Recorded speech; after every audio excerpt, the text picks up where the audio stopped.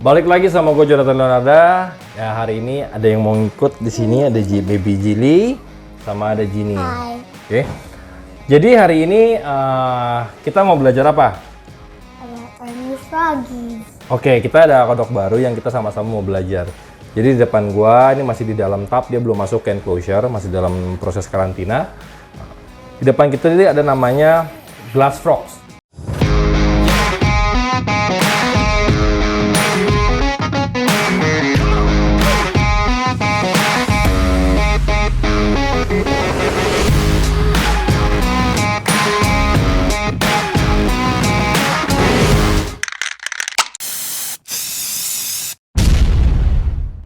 Glass frog ini lucu banget ya. Jadi dia punya kebagian organ dalamnya ini semua kelihatan, dari jantungnya, ususnya, semua mereka kelihatan di sini. Nih, kita bisa lihat di sini nanti. Can I touch it? Nah, coba kameranya bisa lihat nggak ke situ tuh. Oh, mereka memiliki nama Latin Hyalinobacterium fleischmanni. Nah, persebaran mereka dari tropical Americans. Dari mulai Meksiko, Ekuador, Costa Rica, sampai di persebaran sana. Ini menjadi sebuah pertanyaan dari mana sih lokaliti mereka aslinya di mana. Kita juga belum begitu mengetahui. Ini gue banyak tarik data dari internet, dari Google juga. Jadi kita sama-sama belajar di sini. Tapi kalau spesimen mereka ini, dia masuk ke dalam yang udah advance kelasnya. Karena kenapa? Mereka cenderung diam dan suhu mereka cukup krusial ya. Dalam arti kata, mereka bisa bertahan hidup dari suhu sekitar 22 sampai ke 26 derajat. Jadi mereka cukup sensitif dengan tingkat humidity 50 sampai dengan 70%. Daddy, can I touch? Kalau yang model-model kayak gini, kita nggak semuanya bisa kita mainin. Jadi binatang-binatang yang kita pelihara ini nggak semuanya kita bisa jadikan seperti kita piara anjing atau kucing, kita main-mainin sayang-sayang. Ada sebagian mereka namanya display animal. Display animal hanya untuk To see and feed. ya. Ini ada yang bilang kemarin, Gini disuruh ngomong pakai bahasa Indonesia. Ayo kita ngomong bahasa Indonesia, jadi semua om-omnya, tantenya, teman-teman yang nonton bisa paham, ya? Oke. Nah, tapi kalau teman-teman pengen ngeliat seperti apa sih detail mereka, nih, gue coba ambil ya.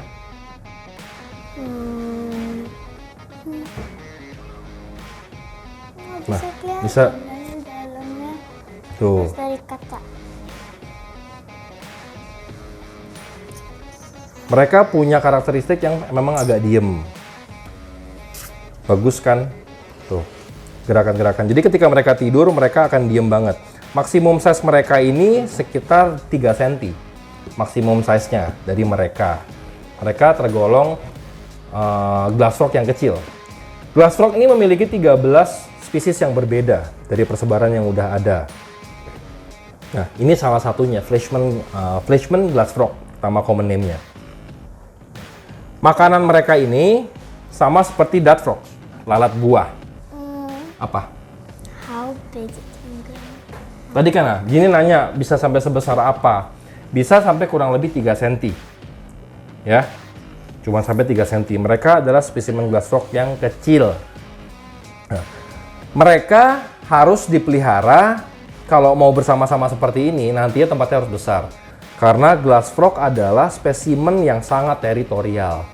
Jadi jangan berpikir kita bakalan bisa di tempat seperti ini kita pelihara rame-rame lucu. Tidak, mereka tidak seperti itu. Mereka sangat teritorial.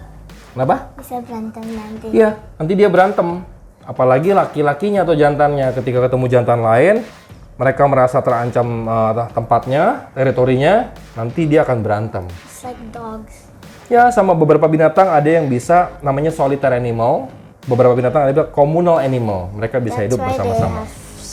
Feet apart. They never be close. Nah, makanya mereka pun tidurnya masing-masing kan, tidak berkumpul.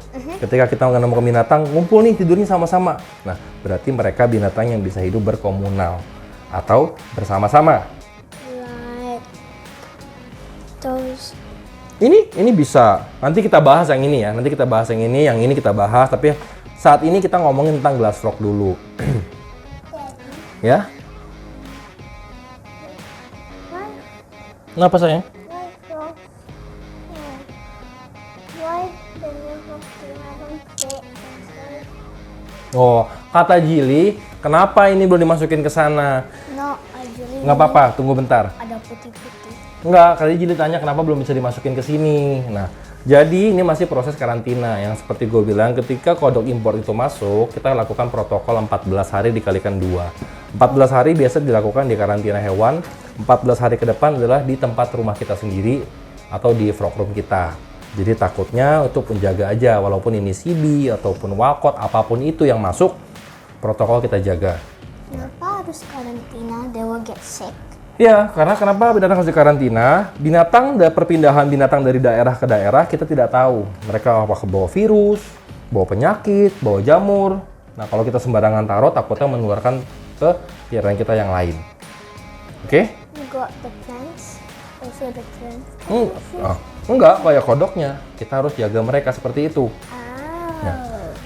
Mereka breeding, setup mereka harus ada sedikit genangan air. Karena mereka punya sifat, ketika mereka bertelur, dia suka menggantungkan telurnya seperti di daun atau di dahanan yang bawahnya air. Jadi ketika menetas, dia langsung turun ke bawah. Inkubasi telur dia kurang lebih dari 12 sampai dengan 15 hari. Jadi mereka ini kenapa masih sangat langka atau susah didapat? Ini salah satu yang proses mereka dalam kecebongnya sangat lama. Jadi evolve-nya mereka tuh bisa 1 sampai 2 tahun di fase kecebong untuk mereka ini. Dan mereka ya yang seperti gue bilang, mereka adalah advanced species. Tadi si Jili sempat tanya, itu yang putih-putih di sini apa sih? Nanti mungkin Hanif bisa kasih zoomnya dengan jelas ya. Nah, ini adalah organ mereka.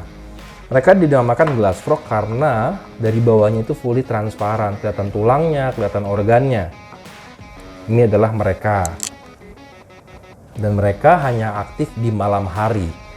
Untuk perawatan mereka seperti layaknya kodok-kodok yang lain, katak-katak yang lain, supplementing adalah hal terpenting dalam memelihara mereka di captivity. Jadi, gua rasa cukup untuk sedikit informasi yang kita berikan pada hari ini. Semoga bermanfaat. Gua terima kasih banget atas semua supportnya. Jangan lupa like, subscribe, dan komen di bawah atau DM di IG. Gua pasti jawab apa yang gue mampu. Sampai ketemu lagi di berikutnya. Kita masih bahas yang lain. Salam Dad Progress. Bye-bye.